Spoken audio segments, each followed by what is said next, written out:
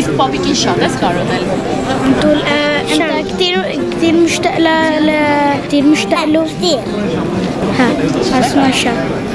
Իսկ ինչ անելու պապիկի հետ որ հանդիպի։ دي أعطي الورود وضمه بوسو اسمع يس طريقة كتام وكباتشا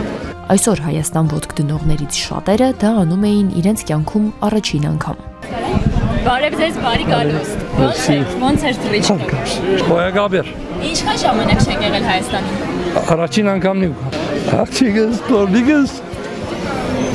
Թորլիգս ամենոսն։ Առաջին թրիչքն էր եւ բոլորը արդեն խանդավառ ձևով գերտան եւ յետալգուքան ամենալ գուզեն բարեկամներու հետ միանան Մերդունը հոն է, հոսալ մերդունն է, հոսավելի մերդունն է, բայց ստիպված կորձի պերումով ապրում եք Սիրիա։ Այսպես նոյեմբերի 7-ին Զվարթնոց օդանավակայանում վայրեջք կատարեց օդանավ լի բազմաթիվ ճակատագրերով։ Դրանցից որոշները կշարունակվեն Հայաստանում, իսկ որոշների տերերը կհագեցնեն կարոտն ու հետ կդառնան Սիրիա, որը ոչ այնքան ինչքան Հայաստանը, բայց այնուամենայնիվ իրենց տունն է։ Իսկ պապիկին շատ ես կարոտել։ كتير مشتاق له ها اسمع شا Իսկ ինչ անելու պապիկի հետ որ հանդիպի։ دي أعطي الورود وضمه بوسو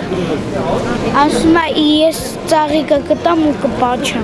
Այսօր Հայաստան ոտք դնողներից շատերը դա անում էին իրենց կյանքում առաջին անգամ։ Բարև ձեզ, բարի գալուստ։ Ոնց էր թռիչքը։ Boyagabir. Ինչքան ժամանակ չեք եղել Հայաստանում։ Առաջին անգամն եմ։ Աղջիկս, Թորլիգս ամենոսն։ Առաջին թրիչքն էր եւ բոլորը արդեն խանդավառ ձևով գերտան եւ յետալգուքան ամենալ գուզեն բարեկամներու հետ միանան Մերդունը հոն է, հոսալ մերդունն է,